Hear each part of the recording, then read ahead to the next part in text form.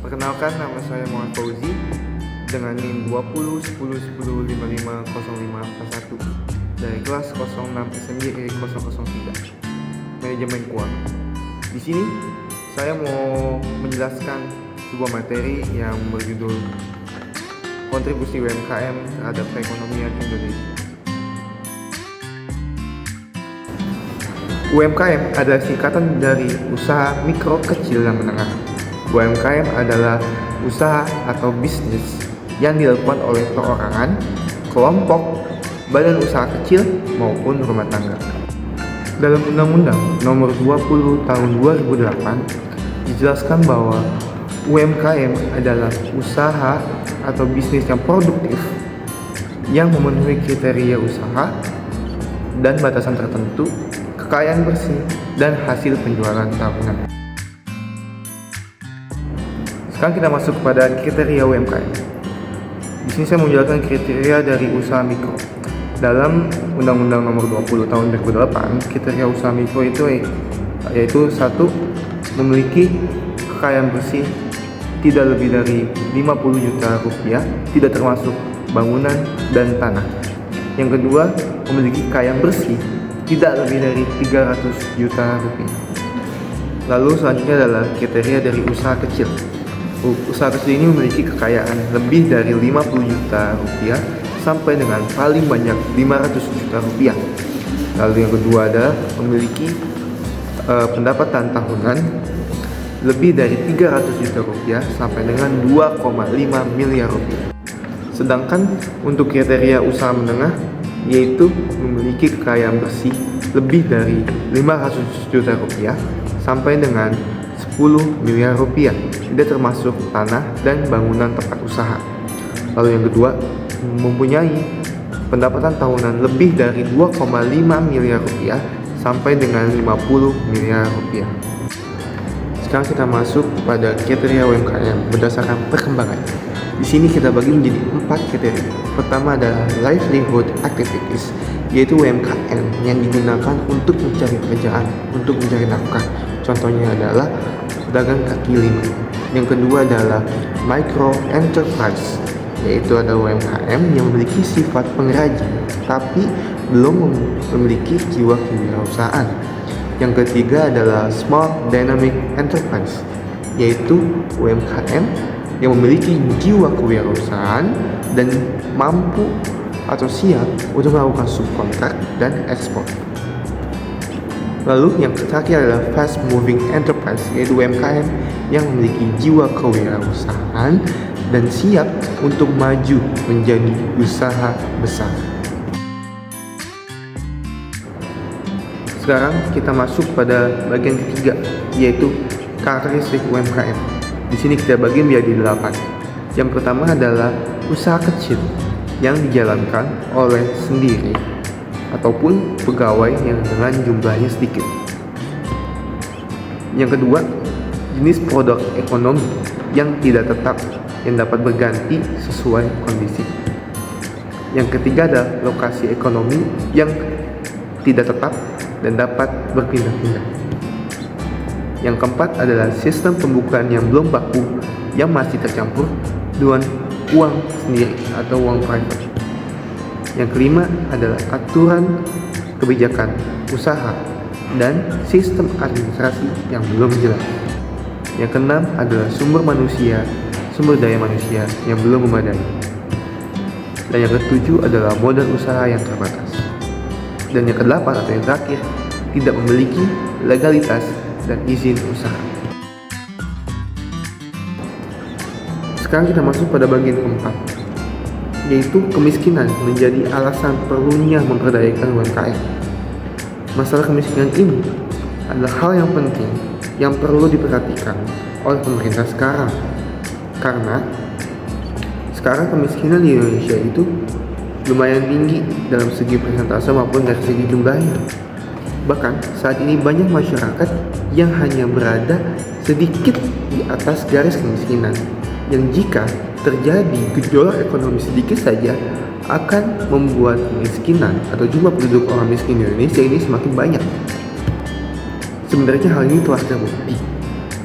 Pada saat sebelum krisis ekonomi di tahun 96, itu persentase kemiskinan sekitar 12%. Tetapi pada saat 97 krisis ekonomi terjadi, melonjak hingga 40%. Di saat ini, bahkan kenaikan BBM ini telah meningkatkan tingkat kemiskinan Indonesia itu sekitar 2%. Kekhawatiran mengenai kemiskinan makin menjadi-jadi karena tingginya tingkat pengangguran di Indonesia. Pertumbuhan ekonomi Indonesia yang hanya 5% itu juga belum mampu untuk menyerap seluruh angkatan kerja baru, bahkan angkatan kerja lamanya. Dibutuhkan pertumbuhan sebesar 8% pertumbuhan ekonomi Indonesia untuk menyerap seluruh angkatan kerja baru. Pertumbuhan ekonomi di tahun-tahun mendatang diperkirakan masih belum cerah. Hal ini terjadi karena belum pulihnya sektor real yang diakibatkan rendahnya investasi, terbatasnya jumlah kredit, dan kinerja ekspor yang masih naik turun. Penduduk miskin yang berada di sekitar garis kemiskinan atau transfer akan terus bertambah yang diakibatkan atau sejalan dengan kenaikan harga pokok yang diakibatkan dari naiknya harga BBM. Penduduk miskin ini bisa jadi ditolong dengan bantuan dari dana kompensasi subsidi BBM. Karena pada dasarnya mereka mempunyai kemampuan untuk bertahan hidup dan memperbaiki kondisi ekonominya. Namun untuk penduduk yang sangat miskin atau chronic poor, dengan bantuan atau transfer itu tidak akan membantu atau tidak akan membawa mereka keluar dari jurang kemiskinan, karena tidak menyelesaikan masalah yang sebenarnya. Karena tidak adanya akses penduduk miskin ini terhadap faktor-faktor ekonomi yang menyebabkan mereka tidak bisa memperbaiki hidup mereka. Maka dari itu, pemerintah harus secepatnya membuka akses pada faktor produksi bagi masyarakat miskin. Sekarang kita masuk pada bagian 5, yaitu berbagai masalah dalam UMKM serta solusinya. UMKM menjadi ujung tombak perekonomian negara karena hanya UMKM yang dinilai mampu bertahan di gempuran persaingan bisnis dan krisis ekonomi. Meski UMKM mampu mendongkrak ekonomi negara, sayangnya masih saja banyak masalah yang sering dihadapi para pelaku UMKM. Sebagaimana yang kita ketahui, bahwa pemerintah telah menurunkan tarif pajak bagi UMKM sebesar 0,5% yang diberikan sebagai stimulus agar para UMKM bisa berkembang lebih besar lagi.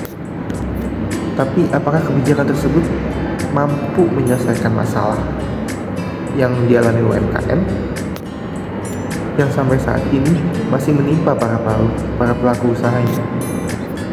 Sayangnya, kebijakan tersebut tidak memberikan atau tidak menjadi solusi bagi masalah-masalah yang UMKM hadapi. Jadi dengan itu, saya akan memaparkan sebuah solusi-solusi bagi permasalahan UMKM. Yang pertama, masalah UMKM adalah kurangnya modal. Kurangnya modal ini adalah yang paling sering dialami para UMKM. Minimnya modal usaha ini dapat membuat kegiatan produksi terhambat, sehingga menurunkan pemasukan bagi UMKM.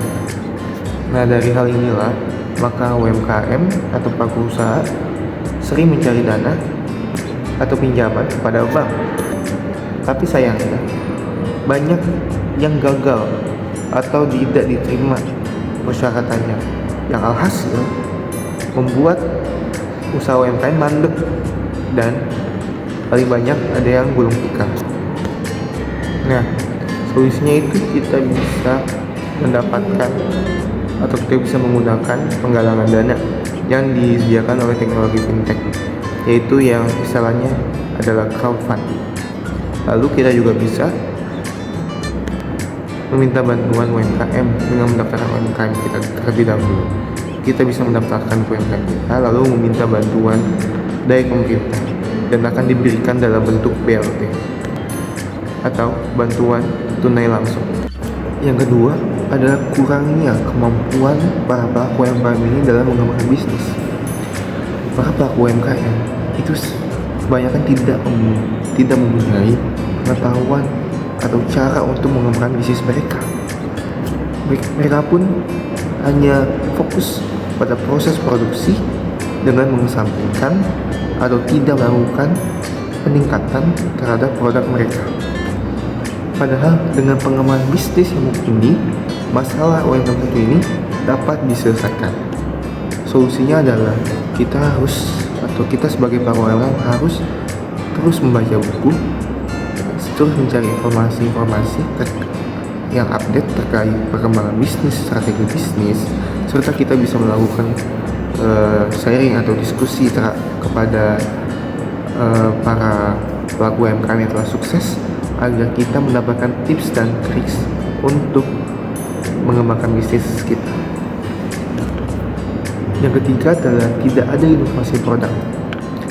Para pelaku UMKM ini kerap dihadapi dengan ketidakmampuan dalam melakukan inovasi yang membuat para pesaingnya bisa menguasai pasar mereka.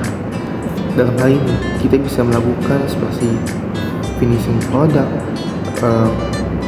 membuat kemasan baru, atau yang lainnya.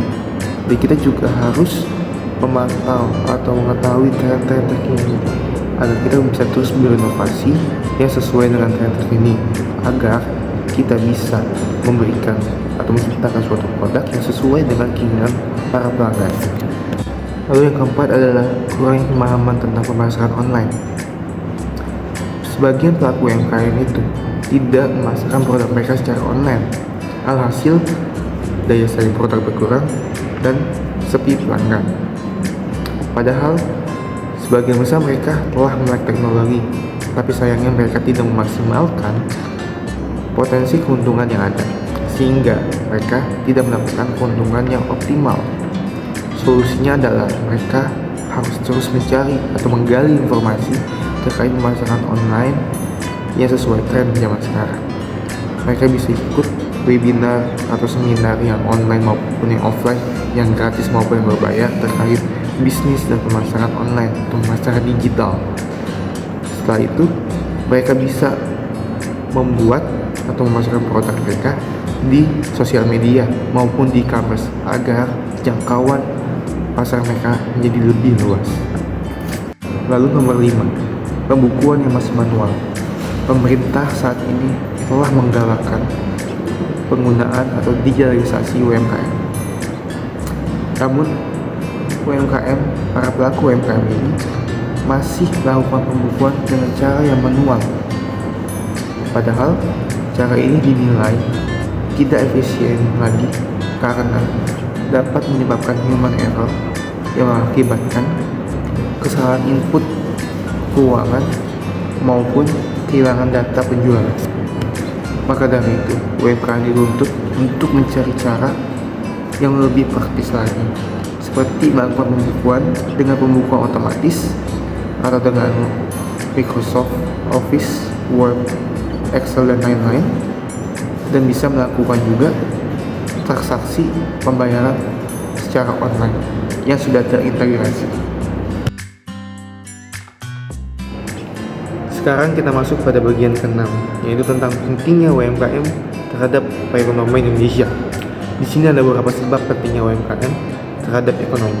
Yang pertama adalah UMKM itu tersebar di berbagai daerah di perkotaan maupun daerah terpencil. Lalu yang kedua, UMKM memberikan potensi membuka lapangan pekerjaan dan memberikan pendapatan bagi para pelaku UMKM. Yang ketiga, UMKM itu dalam sektor pertanian sangat banyak dan tersebar di berbagai daerah Indonesia yang bisa memberikan dampak secara tidak langsung terhadap pembangunan nasional. Lalu yang keempat, UMKM itu tidak memandang jenjang pendidikan. Apapun jenjang pendidikan para pelakunya, semua orang bisa menjadi pelaku UMKM. Lalu yang kelima, UMKM itu tahan terhadap krisis ekonomi. Lalu yang keenam, UMKM bisa menjadi alat investasi pada daerah pedesaan serta meningkatkan kewirausahaan bagi para penduduknya. Sekarang kita masuk pada bagian ketujuh, yaitu UMKM kebal terhadap krisis ekonomi. UMKM ini memiliki peran penting terhadap perekonomian Indonesia, karena dengan UMKM ini pengangguran dari angkatan kerja menjadi lebih berkurang. Lalu UMKM ini telah dijadikan atau dipromosikan sebagai agenda perbaikan perekonomian Indonesia. Sektor UMKM telah terbukti tangguh dalam melewati krisis tahun 1998. UMKM mampu bertahan dengan kolapsnya ekonomi dibandingkan dengan sektor yang lebih besar. Mereka justru tumbang dalam krisis. UMKM telah terbukti mampu bertahan mengatasi krisis, mampu survive karena satu, itu UMKM tidak memiliki utang luar negeri. Yang kedua, UMKM tidak memiliki utang ke perbankan. Ketiga, menggunakan input lokal. Dan yang keempat, berorientasi pada ekspor. Pada tahun 1997 sampai 2006, total keseluruhan UMKM itu sekitar 99% dari total unit usaha yang ada di Indonesia. Sumbangan UMKM terhadap PDB atau produk domestik bruto itu sekitar 54 sampai 57% sumbangannya. Lalu sumbangan dalam pekerjaan itu sekitar 96%. Jadi UMKM memberikan 96% penyerapan tenaga kerja. Lalu 91% UMKM melakukan ekspor melalui pihak ketiga. Hanya 8,8% yang dilakukan melalui importir langsung dari luar negeri. Pada masa krisis ekonomi, UMKM dapat bertahan dan mempunyai potensi untuk berkembang. Dengan demikian, UMKM dapat diandalkan untuk masa yang akan datang yang didukung oleh kebijakan-kebijakan yang kondusif serta persoalan-persoalan yang menghambat usaha UMKM harus dihilangkan. Konstitusi kebijakan pemerintah harus memprioritaskan UMKM sebagai prioritas utama dalam pemulihan ekonomi untuk membuka lapangan pekerjaan serta mengurangi pengangguran. Alasan-alasan UMKM mampu bertahan bahkan cenderung meningkat jumlahnya di tengah krisis. Yang pertama itu adalah UMKM memproduksi barang-barang dan jasa-jasa dengan elastisitas permintaan terhadap pendapatannya rendah. Maka tingkat pendapatan rata-rata masyarakat tidak berpengaruh terhadap permintaan barang. Sebaliknya, kenaikan tingkat pendapatan masyarakat juga tidak berpengaruh terhadap permintaan barang. Yang kedua adalah UMKM tidak mendapatkan modal dari bank, yang implikasinya adalah keterpurukan sektor perbankan dan juga kenaikan suku bunga yang tidak banyak mempengaruhi sektor ini. Dengan bermasalahnya sektor perbankan, itu juga akan mengganggu kegiatan dari UMKM. Sebaliknya, para pelaku usaha besar dapat bertahan. Di Indonesia ini, UMKM itu menggunakan modalnya sendiri dari tabungan dan minimnya akses ke perbankan. UMKM ini, yang ketiga adalah UMKM ini memiliki modal yang terbatas dan pasar yang bersaing ketat, sehingga UMKM ini memiliki spesialisasi produksi yang ketat, sehingga UMKM ini mampu pindah dari satu usaha ke usaha lainnya. Hambatan keluar masuk itu tidak ada.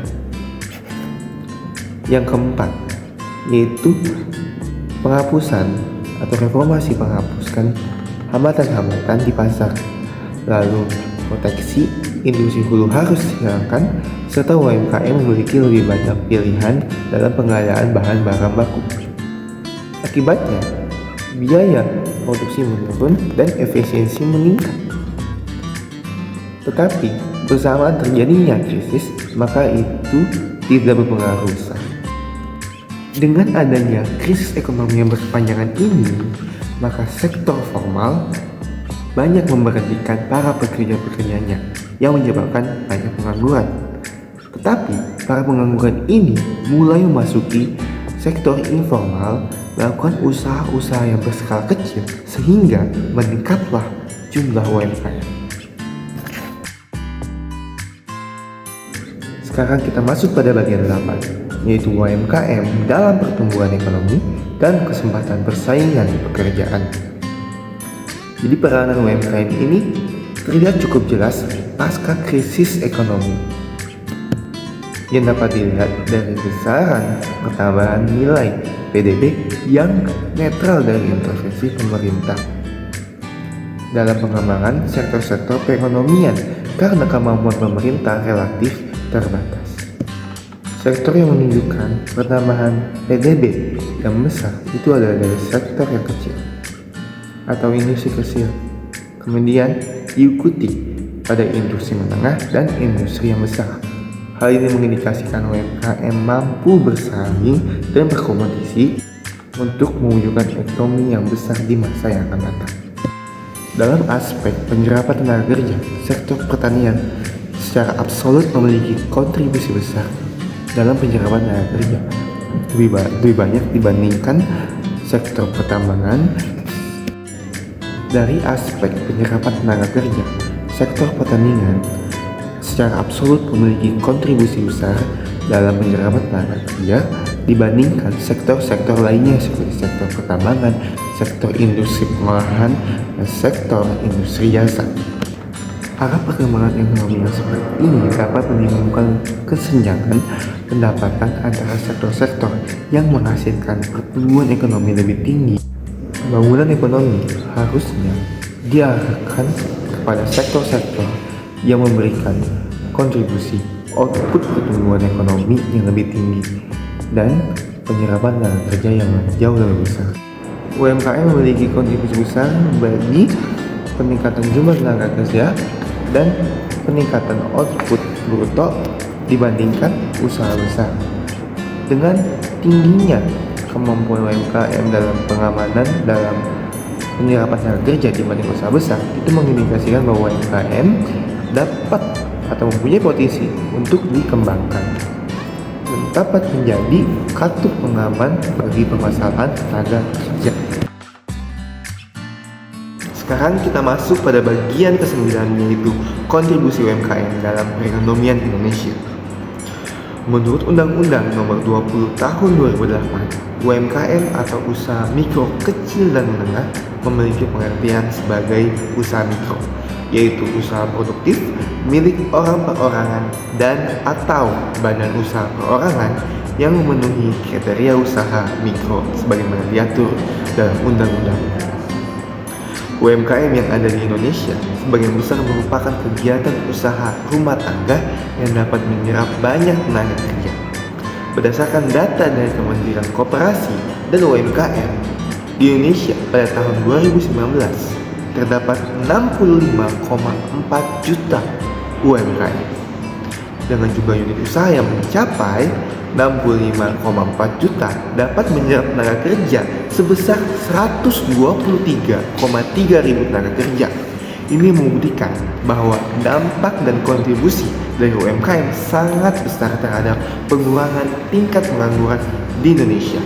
Dengan semakin banyaknya keterlibatan tenaga kerja pada UMKM, itu akan membantu mengurangi jumlah pengangguran di negara ini. Selaku penyelenggara negara, pemerintah dapat membantu para pelaku UMKM agar lebih berkembang lagi. Pemerintah Republik Indonesia telah membantu para UMKM dengan cara memberikan kredit usaha rakyat atau KUR. Berdasarkan data dari Kementerian Koperasi dan UMKM, pertumbuhan KUR sebesar 178,7 triliun atau kurang lebih 16,25% pada tahun 2020 dan sebesar 192,59 triliun atau kurang lebih 8,16% pada tahun 2021. Ini juga membuktikan para pelaku UMKM sangat membutuhkan suntikan dana dalam mengembangkan usahanya.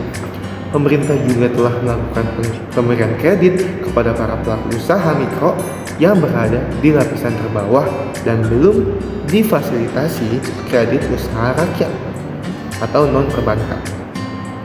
Berdasarkan data dari Badan Layanan Umum atau BLU, Pusat Investasi Pemerintah, penyaluran usaha mikro sejak 2017 sampai dengan 2022 telah mencapai 26,2 triliun rupiah kepada 7,4 juta debitur. Ini membuktikan masih banyaknya para pelaku usaha mikro yang belum terfasilitasi oleh KUR dari perbankan.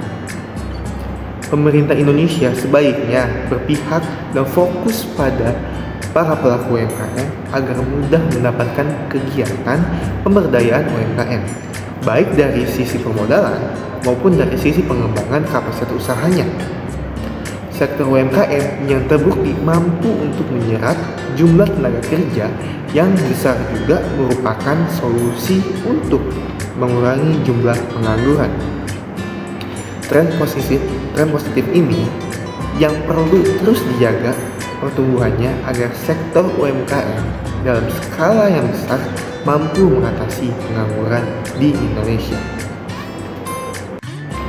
Dalam pembukaan Undang-Undang Dasar Negara Republik Indonesia tahun 1945 menyatakan tujuan pemerintah negara Indonesia adalah melindungi segenap bangsa Indonesia dan seluruh tumpah darah Indonesia, memajukan kesejahteraan umum, mencerdaskan kehidupan bangsa, dan ikut melaksanakan ketertiban dunia yang berdasarkan kemerdekaan, perdamaian abadi, dan keadilan sosial. Jika kita kaitkan pemberdayaan UMKM ini dengan tujuan bernegara, memiliki korelasi yang sangat erat bagaimana negara berusaha memajukan kesejahteraan umum melalui pemberdayaan UMKM. Sekarang kita masuk pada bagian ke-10, yaitu transformasi UMKM untuk pertumbuhan ekonomi yang inklusif. Berbagai kebijakan terus diperkuat untuk pengembangan usaha mikro, kecil, dan menengah atau UMKM yang memiliki peran strategis terhadap perekonomian melalui pilar korporatasi, kapasitas, dan pembiayaan sehingga mendukung pertumbuhan ekonomi yang kuat dan inklusif. Upaya melakukan transformasi UMKM ini ditempuh melalui pemanfaatan digitalisasi untuk meningkatkan daya tahan yang lebih tinggi dan kapasitas yang lebih produktif dan inovatif. Kebijakan pengembangan UMKM juga didukung sinergi yang terus diperkuat antara Bank Indonesia dengan pemerintah, lembaga keuangan, dan para penggiat usaha. Transformasi UMKM menjadi penting untuk mendukung stabilitas dan pertumbuhan ekonomi yang kuat dan inklusif. UMKM memiliki peran strategis dalam perekonomian domestik, tercermin pada jumlah unit usaha yang banyak, penyerapan tenaga kerja yang tinggi, dan kontribusi UMKM yang besar terhadap PDB. UMKM juga memiliki ketahanan yang tinggi dalam menghadapi berbagai krisis, contohnya krisis COVID-19 yang memberikan tekanan yang luar biasa besar. Ketahanan UMKM yang tinggi selama ini berperan sebagai bantalan perekonomian karena kemampuannya untuk bertahan pada periode tekanan dan dapat tumbuh kembali lebih cepat dan tinggi pasca tekanan. Dengan peran strategis tersebut, UMKM tentunya berperan penting dalam mendukung bauran kebijakan Bank Indonesia guna menjaga stabilitas makroekonomi dan sektor keuangan, sekaligus upaya nasional untuk mendukung transformasi ekonomi menuju Indonesia maju.